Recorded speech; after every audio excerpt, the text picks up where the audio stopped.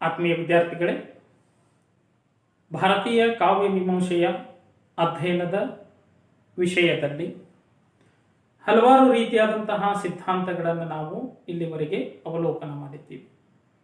ರಸ ಸಿದ್ಧಾಂತ ಅಂದರೇನು, ಧ್ವನಿ ಸಿದ್ಧಾಂತ ಅಂದರೇನು, ರೀತಿ ಮತ್ತು ಮಾರ್ಗ ಸಿದ್ಧಾಂತ ಅಂದರೇನು, ವಾಮನನ ಹೇಳಿಕೆಯಂತಹದ್ದು, ಭರತನ ರಸಸೂತ್ರ ಎಂತಹದ್ದು, ಆನಂದವರ್ಧನನ ಕಾವ್ಯಶಾತ್ಮ ಧ್ವನಿಯಂತಹದ್ದು, ಈ ಎಲ್ಲ ಸೂತ್ರಗಳನ್ನು ಸಿದ್ಧಾಂತಗಳನ್ನು ಅವಲೋಕನ ಮಾಡಿದ್ದೀವಿ.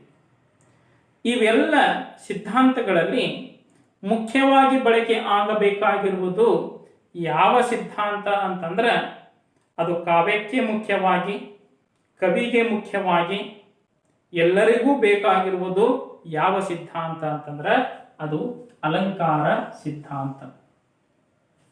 ಸಾಹಿತ್ಯಕ್ಕೆ ಮುಖ್ಯವಾಗಿ ಬೇಕಾಗಿರುವುದು ಏನು ಅಂತಂದ್ರೆ ಅಲಂಕಾರ. ಇದು ಕೇವಲ ಸಾಹಿತ್ಯಕ್ಕೆ ಅಷ್ಟವೇ? ಸಾಹಿತ್ಯವನ್ನ ಹೊರತುಪಡಿಸಿದರೆ ಸಾಮಾನ್ಯ ಜಗತ್ತಿನಲ್ಲಿ ವ್ಯಕ್ತಿ, ವಸ್ತು ಇವೆರಡಕ್ಕೂ ನಾವೇನ್ ಮಾಡ್ತೀವಿ ಅಂತಂದ್ರೆ ಅಲಂಕಾರ ಅನ್ನುವಂತಹ ಪದವನ್ನ ಅತಿ ಹೆಚ್ಚು ನಾವು ಇವತ್ತೇನ್ ಮಾಡ್ತಾ ಇದ್ದೀವಿ ಅಂತಂದ್ರೆ ಅದಕ್ಕೆ ಬೆಲೆಯನ್ನ ಕೊಡ್ತಾ ಇದ್ದೀವಿ, ಗೌರವವನ್ನ ಕೊಡ್ತಾ ಇದ್ದೀವಿ. ಇದು ಸಾಹಿತ್ಯದಲ್ಲಿ ಹೇಗೆ, ವಾಸ್ತವದ ಸನ್ನಿವೇಶದಲ್ಲಿ ವಸ್ತು ಮತ್ತು ವ್ಯಕ್ತಿಗೆ ಯಾವ ರೀತಿಯಾದಂತಹ ಅಲಂಕಾರವನ್ನು ನಾವು ಕೊಡ್ತಾ ಇದ್ದೀವಿ. ಆ ಅಲಂಕಾರ ಇಲ್ಲದಿದ್ದರೆ ವ್ಯಕ್ತಿ ಮತ್ತು ವಸ್ತು ಯಾವ ರೀತಿಯಾದಂತಹ ಒಂದು ಬೆಲೆಯನ್ನ ಪಡೆದುಕೊಳ್ಳುತ್ತಿತ್ತು, ವ್ಯಕ್ತಿ ಯಾವ ರೀತಿಯಾದಂತಹ ಬೆಲೆಯನ್ನ ಪಡೆದುಕೊಳ್ತಾ ಇದ್ದ. ಇವೆಲ್ಲವನ್ನ ಈ ಅಲಂಕಾರ ಪದದ ಅರ್ಥ, ಅದರ ವ್ಯಾಪ್ತಿ, ಅವುಗಳ ಬೆಳವಣಿಗೆ ಸಾಹಿತ್ಯದಲ್ಲಿ ಹೆಂಗೆ ಆಗಿದೆ, ಸಾಮಾಜಿಕ ವ್ಯವಸ್ಥೆಯಲ್ಲಿ ವ್ಯಕ್ತಿಗೆ ಮತ್ತು ವಸ್ತುವಿಗೆ ಇರ್ತಕ್ಕಂತಹ ಗೌರವ ಎಂತಹದ್ದು, ಈ ಒಂದು ವಿಚಾರವನ್ನ ಏನ್ ಮಾಡೋಣ ಅಂತಂದ್ರೆ ಈ ಒಂದು ಅಲಂಕಾರ ಸಿದ್ಧಾಂತದೊಳಗ ಅವಲೋಕನ ಮಾಡೋಣ. ಮೊದಲನೇದಾಗಿ ಅಲಂಕಾರದ ಅರ್ಥ ಮತ್ತು ವ್ಯಾಪ್ತಿ ಅಂತ ಕರಿತೀವಿ. ಅಲಂಕಾರದ ಅರ್ಥ ಮತ್ತು ವ್ಯಾಪ್ತಿ ಅಂತ ಕರಿತೀವಿ ಸಾಹಿತ್ಯದಲ್ಲಿ. ಸ್ವಲ್ಪ ಸಾಹಿತ್ಯಕ್ಕಿಂತಲೂ ಮುಂಚಿತವಾಗಿ ಅಲಂಕಾರ ಇವತ್ತು ಯಾರಿಗೆ ಬೇಡ? ಪ್ರತಿಯೊಬ್ಬ ವ್ಯಕ್ತಿ ಹುಟ್ಟಿದಂತಹ ಹಸುಗೂಚಿನಿಂದ ಹಿಡಿದುಕೊಂಡು ಬೆಳವಣಿಗೆ ಆದಂತಹ ಮುಪ್ಪಾವಸ್ಥೆಯಲ್ಲಿರ್ತಕ್ಕಂತಹ ವ್ಯಕ್ತಿಗೂ ನಾವು ಇವತ್ತೇನ್ ಮಾಡ್ತಾ ಇದ್ದೀವಿ ಅಂತಂದ್ರೆ ಈ ಅಲಂಕಾರ ಅಂತಂದ್ರೆ ನಾವು ಏನ್ ಮಾಡ್ತೀವಿ ಅಂತಂದ್ರೆ ಅದರ ಒಂದು ಪರ್ಯಾಯ ಪದ ಯಾವುದು ಅಂತಂದ್ರೆ ಸೌಂದರ್ಯ ಅಂತ ಕರಿತೀವಿ. ಅಲಂಕಾರವನ್ನ ಕೈಗೊಂಡೇವು ಅಂತಂದ್ರೆ ಆ ವಸ್ತುವಿಗೆ, ವ್ಯಕ್ತಿಗೆ ಏನು ಕಾಣ್ತಾ ಇದೆ ಅಂತಂದ್ರೆ ಸೌಂದರ್ಯ ಕಾಣ್ತಾ ಇದೆ. ಸಾಮಾನ್ಯ ವ್ಯಕ್ತಿಗಳು ಬಾಲಕರಿಂದ ಹಿಡಿದುಕೊಂಡು ಉಳಿದ ಎಲ್ಲ ವಯೋಮಾನದ ವ್ಯಕ್ತಿಗಳಿಗೆ ಈ ಸೌಂದರ್ಯ ವರ್ಧಕ ವಸ್ತುಗಳನ್ನ ಬಳಕೆ ಮಾಡಿಕೊಂಡಾಗ ಅವುಗಳಿಗೆ ನಾವು ಅಲಂಕಾರಿಕ ವಸ್ತುಗಳು ಅಂತ ಕರಿತೀವಿ.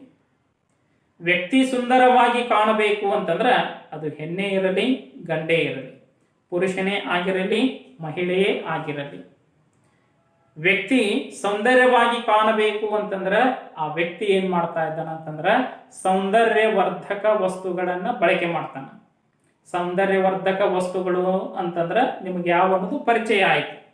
ಸೌಂದರ್ಯವರ್ಧಕ ಪದಗಳು ಅಂತಂದ್ರೆ ಇವತ್ತಿನ ಜಮಾನದೊಳಗಂತೂ ಹೆಣ್ಣಿಗೆ, ಮಹಿಳೆಗೆ ಬೇರೆ ಸೌಂದರ್ಯವರ್ಧಕ ವಸ್ತುಗಳು, ಪುರುಷನಿಗೆ ಬೇರೆ ಸೌಂದರ್ಯವರ್ಧಕ ವಸ್ತುಗಳನ್ನು ನಾವು ಬಳಕೆ ಮಾಡುವುದನ್ನ ಕಾಣ್ತಾ ಇದ್ದೀವಿ.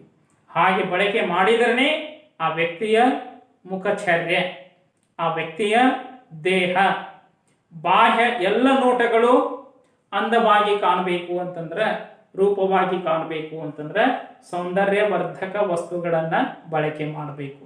ಯಾವುವು ಸೌಂದರ್ಯವರ್ಧಕ ವಸ್ತುಗಳು? ಒಂದೊಂದು ಲಿಸ್ಟನ್ನು ಮಾಡುತ್ತಾ ಹೋದಾಗ 100, 1000 ವೆರೈಟಿ, ವಿವಿಧ ಬಗೆಯ ಸೌಂದರ್ಯವರ್ಧಕ ವಸ್ತುಗಳನ್ನು ನಾವು ಕಾಣ್ತಾ ಇದ್ದೀವಿ. ಎಲ್ಲಿಂದ ಹಿಡಿದುಕೊಂಡು ಮುಖಕ್ಕೆ ಹಚ್ಚತಕ್ಕಂತಹ ಪೌಡರ್ ಆಗಿರ್ಬೋದು, ಮುಖಕ್ಕೆ ನಾವು ಬಳಸುವಂತಹ ಸಾಬೂನುಗಳಾಗಿರ್ಬೋದು, ಕ್ರೀಮ್ಗಳಾಗಿರ್ಬೋದು, ತ್ವಚೆ ಮೆದುವಾಗಿ ಇರಲಿ ಅಂತಕ್ಕಂತಹ ಸ್ಕಿನ್ ಪೌಡರ್ಗಳಾಗಿರ್ಬೋದು, ಸಾಕಷ್ಟು ಸೌಂದರ್ಯವರ್ಧಕ ವಸ್ತುಗಳು ಇವತ್ತೇನಾಗ್ತಾ ಇದ್ದಾವೆ ಅಂತಂದ್ರೆ ಮಾರುಕಟ್ಟೆಯೊಳಗ ವ್ಯಕ್ತಿಗಳಿಗೆ ಲಭ್ಯ ಆಗ್ತಾ ಇದ್ದಾವು. ಅವುಗಳಿಗಾಗಿಯೇ ಜಾಹೀರಾತುಗಳು, ಇದನ್ನ ಬಳಸ್ರಿ, ಅದನ್ನ ಬಳಸಿದ್ರಿ, ಇದನ್ನ ಬಳಸಿದ್ರೆ ಏನಾಗ್ತಾ ಇದೆ ಅಂತಂದ್ರೆ 7 ವಾರದಲ್ಲಿ ಕಾಂತಿ ಉಂಟಾಗುತ್ತದೆ. ಯಾವುದು? Fair and lovely. ಈ ರೀತಿಯಾದಂತಹ ವಸ್ತುಗಳು. ಒಂದು ಉದಾಹರಣೆ ಹೇಳ್ತಾ ಇದ್ದೀನಿ. ಸಾಕಷ್ಟು ಸೌಂದರ್ಯವರ್ಧಕಗಳು ಬಳಕೆಯಲ್ಲಿ ಇದ್ದಾವೆ, ಬಳಸ್ತಾ ಇದ್ದೇವೆ. ಇದು ಎದಕ್ಕೆ? ಅಲಂಕಾರಕ್ಕೆ. ಈ ವಸ್ತುಗಳನ್ನ ಬಳಕೆ ಮಾಡಿದರೆ ನಾನು ಸೌಂದರ್ಯಯುತವಾಗಿ ಕಾಣ್ತಾ ಇದ್ದೀನಿ, ರೂಪವಂತನಾಗಿ ಕಾಣ್ತಾ ಇದ್ದೀನಿ, ರೂಪವತಿಯಾಗಿ ಕಾಣುತ್ತೇನೆ. ನಮ್ಮ ಮನಸ್ಸಿಗೆ ಆನಂದವನ್ನ, ನಮ್ಮ ಮನಸ್ಸಿಗೆ ಸಂತೋಷವನ್ನ ಕೊಡುವುದಕ್ಕೆ, ಸೌಂದರ್ಯಯುತವಾಗಿ ಕಾಣುವುದಕ್ಕೆ ಈ ವಿಚಾರಗಳನ್ನ ಹೇಳ್ತಾ ಇದ್ದೀವಿ. ಇನ್ನು ಇದನ್ನೇ ನಾವು ಸಾಹಿತ್ಯಿಕವಾಗಿ ಅವಲೋಕನ ಮಾಡಿದಾಗ ಇದು ಬಾಹ್ಯ ಸೌಂದರ್ಯ ಆಯಿತು. ಆಂತರಿಕ ಸೌಂದರ್ಯ ಬೇರೆ. ಆಂತರಿಕ ಸೌಂದರ್ಯ ಅದನ್ನ ಇಲ್ಲಿ ಏನ್ ಮಾಡ್ತಾ ಇದ್ದೀನಿ ಅಂತಂದ್ರೆ ಪ್ರಸ್ತಾಪ ಮಾಡ್ತಾ ಇದ್ದೀನಿ. ಹಾಗಾದ್ರೆ ತಿಳಿಯಿತು, ಮನುಷ್ಯ ಚಂದವಾಗಿ, ಅಂದವಾಗಿ, ರೂಪವಂತನಾಗಿ, ರೂಪವತಿಯಾಗಿ ಕಾಣಬೇಕು ಅಂತಂದ್ರೆ ಈ ಎಲ್ಲ ರೀತಿಯಾದಂತಹ ವಸ್ತುಗಳನ್ನ, ಸೌಂದರ್ಯವರ್ಧಕಗಳನ್ನ ಬಳಕೆ ಮಾಡಿಕೊಳ್ಬೇಕು. ಸ್ವಲ್ಪ ಏನ್ ಮಾಡೋಣ ಅಂತಂದ್ರೆ ಸಾಹಿತ್ಯದ ಕಡೆಗೆ ಗಮನ ಹರಿಸೋಣ. ಏನು ಅಂತಂದ್ರೆ ಅಲಂಕಾರ ಪದದ ಅರ್ಥ, ಅಲಂಕಾರ ಪದದ ವ್ಯಾಪ್ತಿಯನ್ನ ನಾವು ಏನ್ ಮಾಡೋಣ ಅಂತಂದ್ರೆ ಅವಲೋಕನ ಮಾಡೋಣ. ಆ ವಿಚಾರವನ್ನ ಅವಲೋಕನ ಮಾಡಿದಾಗ, ಅಲಂಕಾರ ಪದದ ಅರ್ಥವನ್ನ ಅವಲೋಕನ ಮಾಡಿದಾಗ, ಅಲಂಕಾರಗಳು ಯಾವುವು ಅನ್ನೋದು ನಿಮಗೆ ಏನಾಗ್ತಾ ಇದೆ ಅಂತಂದ್ರೆ ಈಗ ಸರಳವಾಗಿ ನಿಮ್ಗೆ ಗೊತ್ತಿರಬೇಕು. ಏನು ಅಂತಂದ್ರೆ ಸಾಮಾನ್ಯವಾಗಿ ನಾವು ಏನ್ ಮಾಡ್ತಾ ಇದ್ವಿ ಅಂತಂದ್ರೆ ಈ ಅಲಂಕಾರದೊಳಗೆ 2 ಪ್ರಕಾರಗಳನ್ನ ನಿಮಗೆ ಹೇಳಿಬಿಡ್ತೀನಿ. ಎಲ್ಲಿ ಅಂತಂದ್ರೆ ಶಬ್ದಾಲಂಕಾರಗಳು, ಇನ್ನೊಂದು ಅರ್ಥಾಲಂಕಾರಗಳು. ಇಲ್ಲೇ ಅಲಂಕಾರದ ಅರ್ಥ ಮತ್ತು ವ್ಯಾಪ್ತಿಯನ್ನ ನಿಮಗೆ ಹೇಳ್ತಾ ಇದ್ದೀನಿ. ಇದನ್ನೇ ನಾವು ಏನ್ ಮಾಡ್ತಿದ್ದೀವಿ ಅಂತಂದ್ರೆ ಮೊದಲು ಅರ್ಥ ಮಾಡಿಕೊಂಡು ಬಿಡೋಣ. ಏನು ಅಂತಂದ್ರೆ ಅಲಂಕಾರದ ಅರ್ಥ ಯಾವ ರೀತಿಯಾಗಿ ಅಂತಂದ್ರೆ ಇದು ಕಾವ್ಯದ ಸೌಂದರ್ಯವನ್ನ ಉಂಟು ಮಾಡುವ ಶಬ್ದಾರ್ಥಗಳ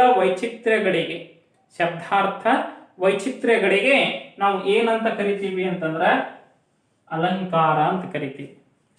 ಅಲಂಕಾರದ ಅರ್ಥ ಏನು ಅಂತಂದ್ರೆ ಕಾವ್ಯಗಳಿಗೆ ಶಬ್ದಾರ್ಥ ಅಲಂಕಾರ ವೈಚಿತ್ರ್ಯಗಳನ್ನ ಉಂಟು ಮಾಡುವುದಕ್ಕೆ ಅಲಂಕಾರ ಅಂತ ಕರಿತೀವಿ.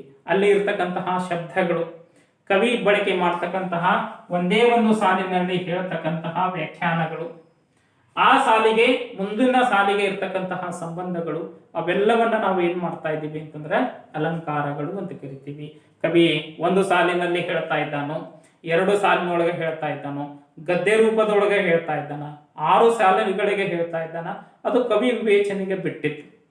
ಒಟ್ಟಾರೆ ಕಾವ್ಯದೊಳಗ ಶಬ್ದ ಅರ್ಥ ವೈಚಿತ್ರ್ಯಗಳನ್ನ ಒಳಗೊಂಡಿರುವುದೇ ಅಲಂಕಾರ ಅನ್ನೋದೇನಾಗ್ತಾ ಇದೆ ಅಂತಂದ್ರೆ ಅದರ ಅರ್ಥ, ಅದರ ವ್ಯಾಖ್ಯಾನ. ಇನ್ನ ಇದರ ವ್ಯಾಪ್ತಿಯನ್ನ ಅವಲೋಕನ ಮಾಡಿದಾಗ ಸ್ವಲ್ಪ ಇದನ್ನ ವ್ಯಾಪ್ತಿ ಅಂತಂದ್ರೆ ಹೆಂಗೆ ಬಳಕೆ ಮಾಡ್ಕೊಳ್ಬೇಕು, ಅವುಗಳನ್ನ ಹೆಂಗೆ ಹೇಳಬೇಕು, ಅವುಗಳನ್ನ ಅವಲೋಕನ ಮಾಡಿದಾಗ ವ್ಯಾಪ್ತಿ ಅಂತಂದ್ರೆ ಅದನ್ನ ನಾವು ಶಬ್ದಾಲಂಕಾರಗಳು ಅಂತ ಹೇಳ್ತೀವಿ. ವ್ಯಾಪ್ತಿ ಅಂತಂದ್ರೆ ಸೀಮಿತವಾದಂತಹ ಅಲಂಕಾರದ ವ್ಯಾಪ್ತಿಯನ್ನ ನಾವು ಏನ್ ಮಾಡ್ತಾ ಇದ್ದೀವಿ ಅಂತಂದ್ರೆ ಶಬ್ದಾಲಂಕಾರಗಳು ಅಂತಕ್ಕಂತಹ ವಿಚಾರವನ್ನ ಹೇಳ್ತೀವಿ. ಅನುಪ್ರಾಸ ಅಲಂಕಾರ ಅಂತ ಬರ್ತಾ ಇದೆ. ಅವುಗಳಿಗೆ ಏನಾಗ್ತಾ ಇದೆ ಅಂತಂದ್ರೆ ಚಿತ್ರಕವಿತ್ವ ಅಂತ ಬರ್ತಾ ಇದೆ, ವೃತ್ಯಾನುಪ್ರಾಸ ಅಲಂಕಾರ ಅಂತ ಬರ್ತಾ ಇದೆ, ಚೇಕಾನುಪ್ರಾಸ ಅಲಂಕಾರ ಅಂತ ಬರ್ತಾ ಇದೆ, ಯಮಕ ಅಲಂಕಾರಗಳು ಬರ್ತಾ ಇದ್ದವು. ಸಂಕುಚಿತವಾಗಿ ಕಣ್ಣೋಟಕ್ಕೆ ಕಾಣುವುದನ್ನ ನಾವು ಸೀಮಿತ ಅರ್ಥ ಅಂತ ಕರಿತೀವಿ. ಕಣ್ಣೋಟಗಿಂತಲೂ ಪ್ರತ್ಯಕ್ಷ ಅಲ್ಲ, ಪರೋಕ್ಷವಾಗಿ ಅಲ್ಲದಿದ್ದರೂ ಅಪರೋಕ್ಷವಾಗಿ ಕಾಣುವುದನ್ನ ನಾವು ಹಿರಿದಾದಂತಹ ಅರ್ಥ ಅನ್ನೋದನ್ನ ನಾವು ಏನ್ ಮಾಡ್ತಾ ಇದ್ದೀವಿ ಅಂತಂದ್ರೆ ಹೇಳ್ತೀವಿ. ಹಿರಿದಾದದ್ದು ಅಂತಂದ್ರೆ ವ್ಯಾಪಕ ವ್ಯಾಪ್ತಿ ಅನ್ನೋದನ್ನ ಹೇಳ್ತೀವಿ. ವ್ಯಾಪಕ ವ್ಯಾಪ್ತಿ ಇದು ಕಣ್ಣಿಗೆ ಕಾಣೋದಿಲ್ಲ, ಮನಸ್ಸಿಗೆ ಕಾಣತೈತಿ. ಕಣ್ಣಿಗೆ ಕಾಣುವಂತಹ ಅಲಂಕಾರವನ್ನ ನಾವು ಸೀಮಿತ ಶಬ್ದಾಲಂಕಾರಗಳು ಅನ್ನೋದಕ್ಕೆ ನಾವು ಏನ್ ಮಾಡ್ತಾ ಇದ್ದೀವಿ ಅಂತಂದ್ರೆ ತಿಳಿಸಲ್ಪಡ್ತಾ ಇದ್ದೀವಿ. ಇದನ್ನೇ ಅಲಂಕಾರಿಕರು ಏನ್ ಮಾಡ್ತಾ ಇದ್ದಾರೆ ಅಂತಂದ್ರೆ ಹೆಂಗ ಹೋಲಿಸಬೇಕು, ಇದನ್ನ ಹೆಂಗ ಕಲ್ಪನೆ ಮಾಡಿಕೊಳ್ಳಬೇಕು ಅನ್ನೋದನ್ನ ಒಂದೇ ಒಂದು ಉದಾಹರಣೆಯನ್ನ ಕೊಡ್ತಾ ಇದ್ದಾರೆ. ಏನು ಅಂತಂದ್ರೆ ಅಲಂಕಾರ ಅಂತಂದ್ರ ನಾವು ಕಾವ್ಯ ಅಂತ ಕರಿತೀವಿ. ಕಾವ್ಯದ ಮುಂದುವರೆದ ಭಾಗ ಸಾಹಿತ್ಯ ಅಂತ ಹೇಳ್ತೀವಿ. ಸಾಹಿತ್ಯವನ್ನ ತಿಳಿಸುವಂತಹ ಒಂದು ಶಕ್ತಿ ಯಾರಲ್ಲಿ ಐತಿ ಅಂತಂದ್ರೆ ಆ ಸಾಹಿತ್ಯ ಅಂತಂದ್ರೆ ವಿದ್ಯೆ ಅಂತ ಕರಿತೀವಿ. ವಿದ್ಯೆಯ ಅಧಿದೇವತೆ ಯಾರು ಅಂತಂದ್ರೆ ಶಾರದೆ ಅಂತ ಹೇಳ್ತೀವಿ. ವಿದ್ಯೆಯ ಅಧಿದೇವತೆ ಯಾರು ಅಂತಂದ್ರೆ ಶಾರದೆ ಅಥವಾ ಸರಸ್ವತಿ ಅಂತಕ್ಕಂತಹ ವಿಚಾರ. ಇದನ್ನ ಒಬ್ಬ ಅಲಂಕಾರಿಕ ಏನ್ ಮಾಡ್ತಾ ಇದ್ದಾನ ಅಂತಂದ್ರೆ ಹೇಳ್ತಾ ಇದ್ದಾನ ಏನು ಅಂತಂದ್ರೆ ಶಬ್ದಾಲಂಕಾರಗಳು ಸೀಮಿತ ಅರ್ಥ ಅಂತಂದ್ರೆ ಏನು ಅಂತಂದ್ರೆ ಸರಸ್ವತಿಗೆ ಆಭರಣಗಳು ಇದ್ದಂತೆ. ಅಲಂಕಾರದ ಸೀಮಿತ ಅರ್ಥ ಒಂದೇ ವಾಕ್ಯದೊಳಗ ಏನು ಅಂತಂದ್ರೆ ಅಲಂಕಾರದ ಸೀಮಿತ ಪದದ ಅರ್ಥ ಏನು ಅಂತಂದ್ರೆ ಸರಸ್ವತಿಗೆ ಆಭರಣಗಳು ಇದ್ದಂತೆ. ಸರಸ್ವತಿ ಮಾತೆ, ವಾಗ್ದೇವಿ, ವಿದ್ಯಾದೇವತೆ, ಆ ಸರಸ್ವತಿ ದೇವಿ ಧರಿಸಿದಂತಹ ಆಭರಣಗಳು, ಮೇಲ್ನೋಟದಲ್ಲಿ ಕಾಣ್ತಕ್ಕಂತಹ ಎಲ್ಲ ಆಭರಣಗಳು, ಕಿರೀಟದಿಂದ ಹಿಡಿದುಕೊಂಡು ಮೈಮೇಲೆ ಧರಿಸಿಕೊಂಡಂತಹ ತೋಳು ಬಂದಿಗಳಾಗಿರ್ಬೋದು, ಅವೆಲ್ಲವನ್ನ ನಾವು ಏನ್ ಮಾಡ್ತಾ ಇದೀವಿ ಅಂತಂದ್ರೆ ಆಭರಣಗಳು. ಮೈ ಮೇಲೆ ಹಾಕಿಕೊಂಡಂತಹ, ದೇಹ ಮೇಲೆ ಹಾಕಿಕೊಂಡಂತಹ, ಮುಖವದನಗಳಲ್ಲಿ ಹಾಕಿಕೊಂಡಂತಹ, ಕೈಗಳಲ್ಲಿ ತೊಟ್ಟಂತಹ ಬಳೆಗಳಾಗಿರ್ಬೋದು, ಅವೆಲ್ಲವನ್ನ ಕೈಯಲ್ಲಿ ಹಿಡಿದಂತಹ ವೀಣೆ ಅದು ಸಹ ಆಭರಣದ ಒಂದು ಸಂಕೇತ ಅನ್ನೋದನ್ನ ಹೇಳ್ತೀವಿ. ಇದು ಏನಾಗ್ತಾ ಇದೆ ಅಂತಂದ್ರೆ ಸೀಮಿತವಾದಂತಹ ಒಂದು ಅರ್ಥ, ಸೀಮಿತವಾದಂತಹ ವ್ಯಾಪ್ತಿಯನ್ನ ಹೇಳ್ತೀವಿ. ಇನ್ನ ಅದರಾಚೆ ಸೀಮಾತೀತವಾದಂತಹ ಅರ್ಥ ಯಾವುದು ಅಂತಂದ್ರೆ ಅವುಗಳಿಗೆ ಅರ್ಥಾಲಂಕಾರಗಳು ಅಂತ ನಾವು ಹೇಳ್ತೀವಿ. ಸರಸ್ವತಿಗೆ ಇರ್ತಕ್ಕಂತಹ ಅರ್ಥಾಲಂಕಾರಗಳು ಅಂತಕ್ಕಂತಹ ಆಂತರಿಕವಾಗಿ ಸರಸ್ವತಿ ಅಂತಂದ್ರೆ ವಾಗ್ದೇವಿ, ಆಕೆಯ ಹೃದಯ ಕಮಲದೊಳಗ ಮನಸ್ಸಿನೊಳಗೆ ಏನಾಗ್ತಾ ಇದೆ ಅಂತಂದ್ರೆ ಜ್ಞಾನ ಭಂಡಾರವೇ ಇದೆ, ಜ್ಞಾನ ಶಕ್ತಿಯೇ ಇದೆ ಅನ್ನೋದನ್ನ ಅಲಂಕಾರಿಕರು ಏನ್ ಮಾಡ್ತಾ ಇದ್ದಾರೆ ಅಂತಂದ್ರೆ ಹೋಲಿಸ್ತಾ ಇದ್ದಾರೆ. ಅಂದ್ರೆ ಏನು, ವಾಗ್ದೇವಿಯ ವರಪ್ರಸಾದ ಇತ್ತು ಅಂತಂದ್ರ ಆ ವ್ಯಕ್ತಿ ಏನಾಗ್ತಾ ಇದ್ದಾನ ಅಂತಂದ್ರ ಶ್ರೇಷ್ಠ ಜ್ಞಾನಿ ಆಗ್ತಾನ, ಪಂಡಿತನಾಗ್ತಾ ಇದ್ದಾನ.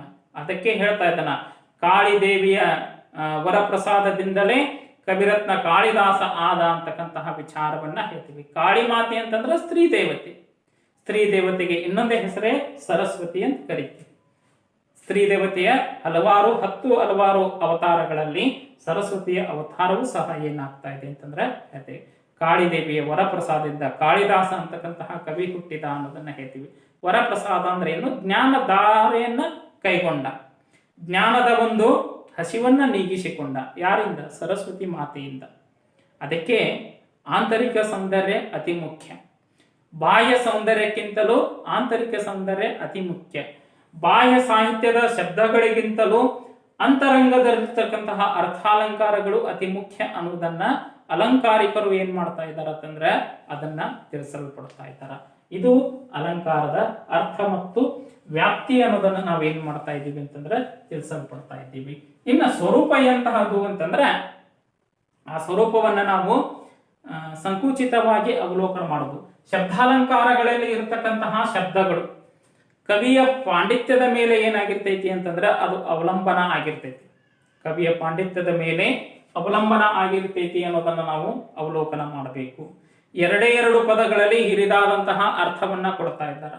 ಒಂದೇ ಒಂದು ಸಾಲಿನೊಳಗೆ ಏನ್ ಮಾಡ್ತಾ ಇದ್ದಾರೆ ಅಂತಂದ್ರೆ ವಿಷಯ ವಸ್ತುವನ್ನ ಮುಕ್ತಾಯಗೊಳಿಸ್ತಾ ಇದ್ದಾರೆ. ಅದಕ್ಕೆ ನಾವು ಏನ್ ಮಾಡ್ತಾ ಇದ್ದೀವಿ ಅಂತಂದ್ರೆ ಸ್ವರೂಪ ಅಂತ ಕರೀತಾ ಇದ್ದೀವಿ. ಒಂದೇ ಒಂದು ವಾಕ್ಯದೊಳಗ ಹೇಳುವಂತಹ ಉದ್ಧಾಮ ಪಂಡಿತರು, ಮೇಧಾವಿ ಕವಿಗಳು, ಸಾಹಿತಿಗಳು, ಅಗಾಧವಾದಂತಹ ಪಾಂಡಿತ್ಯವನ್ನು ಹೊಂದಿದವರು ಅನ್ನೋದನ್ನ ನಾವು ಕಾಣ್ತಾ ಇದ್ದೀವಿ. ಒಂದೇ ಒಂದು ವಾಕ್ಯ ನಿಮಗೆ ಅವಲೋಕನ ಮಾಡುವಂತಹ ಸಂದರ್ಭದಲ್ಲಿ ಅಲ್ಲಿ ತಿಳ್ಕೊಳ್ಬಹುದು. ಏನು ಅಂತಂದ್ರ ಕುರುವಂಶದ ವಿಚಾರವನ್ನ ಏನ್ ಮಾಡ್ತಾ ಇದ್ದಾನ ಅಂತಂದ್ರ ವ್ಯಕ್ತಪಡಿಸ್ತಾ ಇದ್ದಾನ. ಅಲ್ಲಿ ಕುರುವಂಶಲತೆ ಏನಾಗ್ತಾ ಇದೆ ಅಂತಂದ್ರ ಬಾಡುತ್ತಿದೆ ಅನ್ನಂತಹ ವಿಚಾರವನ್ನ ಹೇಳ್ತಾ ಇದ್ದಾನ. ಒಣಗುತ್ತಿದೆ ಕುರುವಂಶಲತೆ ಅನ್ನೋದನ್ನ ಕುಮಾರವ್ಯಾಸ ಬಳಕೆ ಮಾಡ್ತಾ ಇದ್ದಾನ. ಒಣಗುತ್ತಿದೆ ಕುರುವಂಶಲತೆ. ಒಂದು ಸಾಲಿದು, ಒಂದು ಸಾಲಿನೊಳಗ ಅರ್ಧ ಚರಣ ಅಂತ ಕರಿತೀವಿ. ಇದನ್ನ ಯತಿ ಉಲ್ಲಂಘನದಿಂದಲ್ತೆ ಒಣಗುತ್ತಿದೆ ಕುರುವಂಶಲತೆ. ಇನ್ನೂ ಬಾಮಿನಿ ಷಟ್ಪದಿಯ ಒಂದು ಸಾಲು ಪೂರ ಮುಗಿದಿಲ್ಲ. ಒಂದು ಸಾಲಿನೊಳಗ ಅಗಾಧವಾದಂತಹ ವಿಚಾರವನ್ನು ಹೇಳ್ತಾನೆ. ಒಣಗುತ್ತಿದೆ ಕುರುವಂಶಲತೆ. ದುರ್ಯೋಧನನ ಸಾವು, ದುರ್ಯೋಧನನ ಸಾವನ್ನ ಲತೆ ಹೂವಿಗೆ ಹೋಲಿಸಿಕೊಂಡು ಏನ್ ಮಾಡ್ತಾ ಇದ್ದಾನ ಅಂತಂದ್ರೆ ಹೇಳ್ತಾ ಇದ್ದಾನ. ಇದು ಹಿರಿದಾದದ್ದು, ಶಬ್ದಗಳು ಕಡಿಮೆ, ಅರ್ಥ ಹಿರಿದಾದದ್ದು. ಹಾಗಾಗಿ ಈ ಅಲಂಕಾರದ ಸ್ವರೂಪವನ್ನ ಅವಲೋಕನ ಮಾಡುತ್ತಾ ಹೋದಾಗ ಕಾವ್ಯಗಳನ್ನು ನಾವು ಆಳವಾಗಿ ಅಧ್ಯಯನ ಮಾಡಬೇಕು. ಅಂದಾಗ ಅದರ ಒಂದು ಸ್ವರೂಪ ನಮಗೆ ಏನಾಗ್ತಾ ಇದೆ ಅಂತಂದ್ರೆ ತಿಳಿದು ಬರ್ತಾ ಇದೆ. ಇನ್ನ ಬೆಳವಣಿಗೆಯನ್ನ ಅವಲೋಕನ ಮಾಡಿದಾಗ ಇದು ವಿಚಾರ ಏನು ಅಂತಂದ್ರೆ ಯಾವ ಕಾಲದೊಳಗೆ ಯಾವ ಯಾವ ಅಲಂಕಾರಿಕರು, ಯಾವ ಕಾವ್ಯ ಮೀಮಾಂಸಕಾರರು ಯಾವ ಅಲಂಕಾರಗಳ ಕುರಿತಾಗಿ ಹೇಳಿದರು ಅದರ ಬೆಳವಣಿಗೆಯನ್ನ ನಾವು ಕಾಣ್ತಾ ಇದ್ದೀವಿ. ಅವುಗಳನ್ನ ಅವಲೋಕನ ಮಾಡಿದಾಗ ಭರತ ಮುನಿಯ ಕಾಲದೊಳಗೆ ನಾಟ್ಯಶಾಸ್ತ್ರ ಕೃತಿಯೊಳಗೆ ಏನ್ ಮಾಡ್ತಾ ಇದ್ದಾನಂತಂದ್ರೆ 4 ಅಲಂಕಾರಗಳ ಬಗ್ಗೆ ಏನ್ ಮಾಡ್ತಾ ಇದ್ದಾನಂತಂದ್ರೆ ಪ್ರಸ್ತಾಪ ಮಾಡ್ತಾ ಇದ್ದಾನ. ಅವರ ನಂತರ ಭರತ ಮುನಿಯ ನಂತರ ದಂಡಿ, ಭಾಮಹ, ಉದ್ಭಟ, ವಾಮನ 35 ಅಲಂಕಾರಗಳನ್ನ ತಿಳಿಸಲ್ಪಡ್ತಾ ಇದ್ದಾರೆ. ರುದ್ರಟ ಮತ್ತು ಮಮ್ಮಟ ಇವರ ಕಾಲದೊಳಗೆ ಏನಾಗ್ತಾ ಇದೆ ಅಂತಂದ್ರೆ ಈ ಅಲಂಕಾರಗಳ ಸಂಖ್ಯೆ 60ಕ್ಕೆ ಹೆಚ್ಚಳ ಆಗ್ತಾ ಇದೆ. ಬೆಳವಣಿಗೆ, ಅಲಂಕಾರಗಳ ಬೆಳವಣಿಗೆ. ರುದ್ರಟನ ಕಾಲದೊಳಗೆ ಏನಾಗ್ತಾ ಇದೆ ಅಂತಂದ್ರೆ 60, ಮಮ್ಮಟನ ಕಾಲದೊಳಗೆ 60, ಜಯದೇವ ಈ ಕಾವ್ಯ ಮೀಮಾಂಸಕಾರನ ಕಾಲಕ್ಕೆ ಅಲಂಕಾರಗಳ ಸಂಖ್ಯೆ ಏನಾಗ್ತಾ ಇದೆ ಅಂತಂದ್ರೆ 100ಕ್ಕೆ ಅದು ಇಮ್ಮಡಿ ಆಗ್ತಾ ಇದೆ, ಬೆಳವಣಿಗೆ ಆಗ್ತಾ ಇದೆ. ಅಪ್ಪಯ್ಯ ದೀಕ್ಷಿತ ಅಂತಕ್ಕಂತಹ ಕಾವ್ಯ ಮೀಮಾಂಸಕಾರನ ಕಾಲ ಸಂಖ್ಯೆಯನ್ನ 120ಕ್ಕೆ ಏರಿಸ್ತಾ ಇದ್ದಾನ. ಇವರು ಸಂಸ್ಕೃತದ ಅಲಂಕಾರಿಕರು ಅಥವಾ ಸಂಸ್ಕೃತ ಕಾವ್ಯ ಮೀಮಾಂಸಕಾರರು. ಆಯಾ ಕಾಲಮಾನದೊಳಗ 3ನೇ ಶತಮಾನ, 8ನೇ ಶತಮಾನ, 10ನೇ ಶತಮಾನ, 14ನೇ ಶತಮಾನ ಹೀಗೆ ಆಯಾ ಕಾವ್ಯ ಮೀಮಾಂಸಕರ ಕಾಲದೊಳಗ ಅಲಂಕಾರದ ಬೆಳವಣಿಗೆ ಏನಾಯ್ತು ಅಂತಂದ್ರೆ ಉಂಟಾಯಿತು. ಇನ್ನು ಕನ್ನಡ ಅಲಂಕಾರಿಕರು ಅಥವಾ ಕನ್ನಡ ಕಾವ್ಯ ಮೀಮಾಂಸಕಾರರು ಶ್ರೀ ವಿಜಯ, ಉದಯಾದಿತ್ಯ, ಮಾಧವ ಇವರ ಕಾಲಮಾನ ಶ್ರೀ ವಿಜಯಂದು 9ನೇ ಶತಮಾನ, ಉದಯಾದಿತ್ಯ ಇವರೆಲ್ಲರೂ ಏನಾಗ್ತಾ ಇದ್ದಾರೆ ಅಂತಂದ್ರೆ ಸಮಕಾಲೀನ ಅವಧಿಯೊಳಗ ಅಲಂಕಾರಗಳ ಸಂಖ್ಯೆಯನ್ನ 35ಕ್ಕೆ ಹೆಚ್ಚಳ ಮಾಡ್ತಾ ಇದ್ದಾರೆ. ನಾಗವರ್ಮನು 60 ಅಲಂಕಾರಗಳ ಕುರಿತಾಗಿ ಪ್ರಸ್ತಾಪ ಮಾಡ್ತಾ ಇದ್ದಾನ. ತಿರುಮಲಾರ್ಯ 17ನೇ ಶತಮಾನದ 18ನೇ ಶತಮಾನದಲ್ಲಿ ಬರ್ತಕ್ಕಂತಹ ಅಲಂಕಾರಿಕ ಅಥವಾ ಕಾವ್ಯ ಮೀಮಾಂಸಕಾರ 120 ಅಲಂಕಾರಗಳ ಬಗ್ಗೆ ಏನ್ ಮಾಡಿದ್ದಾನ ಅಂತಂದ್ರೆ ಪ್ರಸ್ತಾಪ ಮಾಡ್ತಾ ಇದ್ದಾನ. ಹೀಗೆ ಅಲಂಕಾರದ ಬೆಳವಣಿಗೆ ಸಂಸ್ಕೃತ ಭಾಷೆಯೊಳಗ ಕನ್ನಡ ಭಾಷೆಯೊಳಗ ಯಾವ ರೀತಿಯಾಗಿ ಬೆಳವಣಿಗೆ ಆಗಿದೆ ಅನ್ನೋದು ಇದರಿಂದ ತಿಳಿದು ಬರ್ತಾ ಇದೆ. ಇನ್ನ ಅಲಂಕಾರಿಕರ ವಿಚಾರ, ಅಲಂಕಾರ ಸಿದ್ಧಾಂತದ ಕುರಿತಾಗಿ ಅಲಂಕಾರಿಕರ ವಿಚಾರ ಏನೇನು ಅಂತಂದ್ರೆ ಭಾಮಹ ಏನ್ ಹೇಳಿದ್ದಾನ, ವಾಮನ ಏನ್ ಹೇಳಿದ್ದಾನ, ರುದ್ರಟ ಏನ್ ಹೇಳಿದ್ದಾನ, ಇವರ ವಿಚಾರಧಾರೆಗಳು, ಅಲಂಕಾರದ ಕುರಿತಾಗಿ ವಿಚಾರಧಾರೆಗಳು ಏನು ಇದ್ದಾವು ಅನ್ನೋದನ್ನ ನಾವೇನ್ ಮಾಡೋದು ಅಂತಂದ್ರೆ ಮುಂದಿನ ಒಂದು ವಿಡಿಯೋ ಪಾಠದೊಳಗ ಅಲಂಕಾರ ಸಿದ್ಧಾಂತ ಭಾಗ 1ರಲ್ಲಿ ಇದರ ಒಂದು ಅರ್ಥವ್ಯಾಪ್ತಿ, ಸ್ವರೂಪ, ಬೆಳವಣಿಗೆಯನ್ನ ಅವಲೋಕನ ಮಾಡಿದ್ದೀವಿ. ಅಲಂಕಾರಿಕರ ವಿಚಾರಧಾರೆಗಳು, ಕಾವ್ಯ ಮೀಮಾಂಸಕಾರ ವಿಚಾರಧಾರೆಗಳು ಏನು ಇದ್ದಾವು ಅನ್ನೋದನ್ನ ನಾವು ಮುಂದಿನ ಒಂದು ಈ ಅಲಂಕಾರ ಸಿದ್ಧಾಂತ ವಿಷಯ ಪಾಠ ವಿಶ್ಲೇಷಣೆ ಭಾಗ 2ರಲ್ಲೊಳಗೆ ಏನ್ ಮಾಡೋಣ ಅಂತಂದ್ರೆ ತಿಳಿದುಕೊಳ್ಳೋಣ. ಅಲ್ಲಿವರೆಗೂ ನಮಸ್ಕಾರ.